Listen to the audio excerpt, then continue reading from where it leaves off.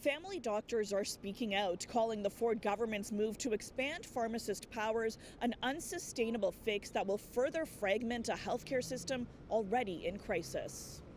I'm hearing across the province that people without a family doctor are worried, are suffering, are filling up emergency rooms and hospitals. This is a band-aid solution, and it's not going to fix the crisis that we have in healthcare. With 2.5 million Ontarians without a family doctor, the president of the Ontario Medical Association says the Ford government should focus on funding primary care instead of adding to the list of ailments pharmacists can diagnose and treat. Doctors go to school for years and are trained for thousands of hours in diagnosis and treatment. I worry about misdiagnoses.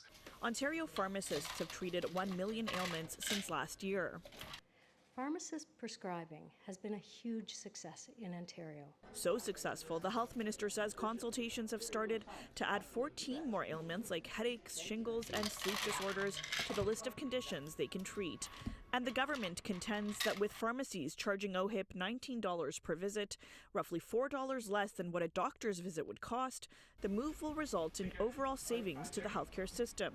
But doctors dispute that. We know that people with a family doctor end up having preventive care and cancer screening done on time. They end up using the emergency department less often.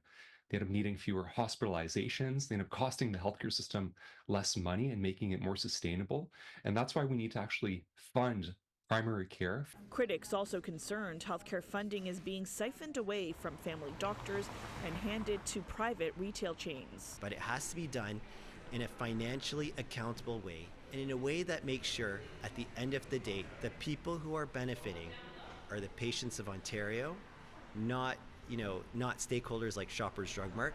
So we have zero concern, and we haven't seen that conflict of interest in any meaningful way present itself in all the provinces, every province that has enabled pharmacist prescribing. So I think it's a non-issue. The Ford government will be consulting with groups like the Ontario Medical Association before expanding that list of ailments, and the OMA's president tells me that he will instead be advocating for primary care funding.